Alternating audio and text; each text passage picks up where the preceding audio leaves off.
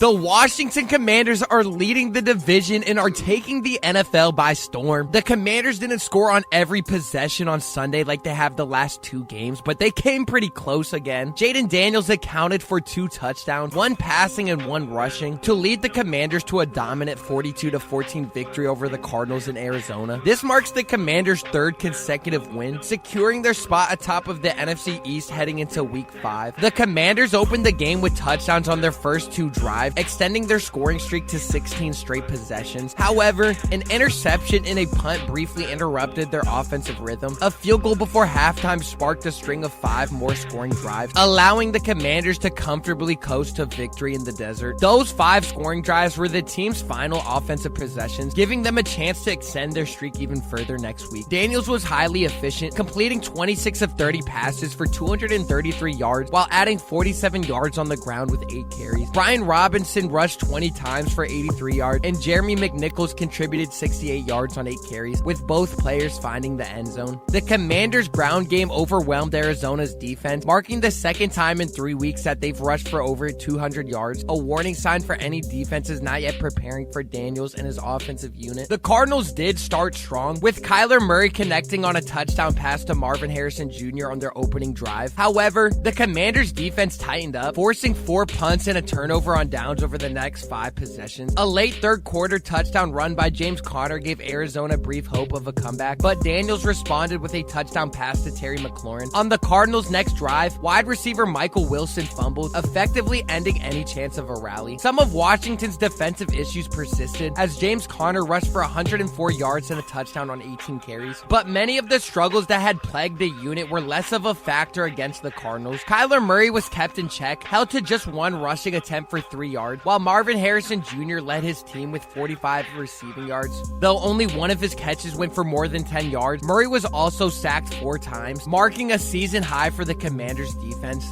After forcing just 3 punts across their first 3 games, Washington surpassed that total in one afternoon by forcing 4 punts from Arizona. They even managed a 4th quarter turnover, further deflating the Cardinals' hope. This defensive effort relieved some pressure from the Commanders' offense, which, while still highly productive, didn't need to score on nearly every drive. It wasn't the same record-setting performance that Jayden Daniels and the offense showcased against the Bengals, and Jayden Daniels threw his first career interception. However, it was the first time since 1991 that Washington has scored at least 38 points in back-to-back weeks. Despite the interception and a few punts, the offense still racked up 449 total yards and 29 first downs. The game started as many anticipated at State Farm Stadium. Murray and the Cardinals quickly moved 55 yards downfield on 9 plays, finishing with a 2-yard touchdown pass from Murray to Marvin Harrison Jr. But after that, Arizona's offense stalled, punting on 3 straight drives and gaining just 39 yards during that stretch. Meanwhile, the Commanders got rolling, as they've done for most of the season. They responded to the Cardinals' early touchdown with a 70-yard drive of their own, largely powered by Brian Robinson Jr., who notched his 2nd 100-yard rushing game of the season and capped it off with a 6-yard touchdown run. Jeremy McNichols finally got in on the action, finishing a 93-yard drive following the Cardinals' first punt with a 27-yard touchdown run, tiptoeing down the sideline for the final 5 yards. McNichols, who saw more playing time with Austin Eckler in concussion protocol, had a career-high 68 yards on 8 carries. When was the last time Washington's offense looked this good? Honestly, this is the best the Commanders' offense has been since the end of 2015 under Sean McVay, or even 2012 with Kyle Shanahan. Today's game marked the first time since 2017 that the Commanders scored 30 or more points in a game. Before Jayden Daniels' 2nd quarter interception, the Commanders had scored on 16 consecutive drives. Even after the pick, they managed to score on 5 of their next 6 possessions. Offensive coordinator Cliff Kingsbury deserves all the praise for the team's explosive start. Despite fans' offseason concerns about the offensive line, they've delivered back-to-back stellar performances. The running game improved from 3.4 yards per carry last week to a season-high 5.8 yards this week. Most importantly, they protected Jayden Daniels well, allowing 0 sacks, and I can hardly remember him even being pressured. Rookie left tackle Brandon Coleman has seemingly locked down the blind side, which is only accelerating Daniels' development. There were concerns about Washington's run game after Brian Robinson's inconsistent start to the season and Austin Eckler being ruled out with a concussion, but the Commanders had their best rushing performance of the year, racking up 216 yards on 37 carries, averaging 5.8 yards per rush. Jeremy McNichols, who showed his value as a pass protector last week, proved he can run the ball as well, scoring 2 touchdowns on 68 yards. Robinson also also had a great day, posting 101 yards and averaging 4.8 yards per carry. Washington's highest paid edge rusher, Dorrance Armstrong, had been quiet this season until Sunday. Armstrong, one of head coach Dan Quinn's former Dallas players, had a breakout game, finishing with 1.5 sacks, a tackle for loss, and a team-high 3 quarterback hits. Coming into the game, Washington was tied for 30th in the league with just 3.5 sacks. If Armstrong could build on today's performance, the Commanders' pass rush might just turn the corner. Despite the lopsided score, Arizona found success against the Commanders' defensive front. The Cardinals rushed for 182 yards on 32 carries, averaging 5.7 yards per attempt. It could have been even worse if not for Washington's early lead. Thanks to Jayden Daniels scoring on the first drive in the second half, Arizona couldn't stick to the run game as much as they likely wanted. The Commanders need someone to step up as a run stopper on the interior of the defensive line, and 2 players in particular need to take on that responsibility. After another dominant and nearly flawless performance, Jayden Daniels led the Commanders to a 42-14 victory over the Cardinals. With their 3rd consecutive win now, Washington now sits atop of the NFC East at 3-1, ahead of the 2-2 Dallas Cowboys and Philadelphia Eagles and the 1-3 Giants. The Commanders haven't won a division title since 2020, nor a playoff game since 2005, but with Daniels at the helm, fans are starting to believe in bigger possibilities. Despite giving up an early 7-0 lead, Washington quickly turned the game around, scoring 27 unanswered points to claim their 2nd straight road win. Jayden Daniels, who was the NFC's Offensive Player of the Week, completed his first 9 passes, driving the Commanders to 2 early touchdowns. There were moments in this game where Daniels made the game look remarkably easy. Along with his 4th rushing touchdown of the season, he completed 25 of his first 28 passes, following his stellar Monday Night Football performance against the Bengals, where he went 21 of 23. In the Commanders' win over the Giants that started this streak, Daniels was 23 of 29, meaning over the last 3 games, he has completed 69 of 80 passes, which is 86%. One of his few incompletions against Arizona was a clear drop by Terry McLaurin. Daniels later connected with McLaurin for a 10-yard touchdown and a 2-point conversion to Zach Ertz. The Commanders and Jayden Daniels are showing promise during the early start to the season. We're a quarter of the way through, 4 weeks into the season, and the Commanders are leading the division. It's coming down that the Commanders are likely able to win the division. If Jayden Daniels can continue playing at a historic level, there's no reason why the Commanders can't win the division. Terry McLaurin is also stepping up as a top wide receiver for this team, and this defense has been picking up the slack as well. Their offensive line has been playing above expectations as well. It's going to be very interesting to watch and see what this Commanders team does, but Jayden Daniels is off to a very historic start to his rookie career. Let me know down below what you think of this Washington Commanders start to the season, 4 weeks into the season.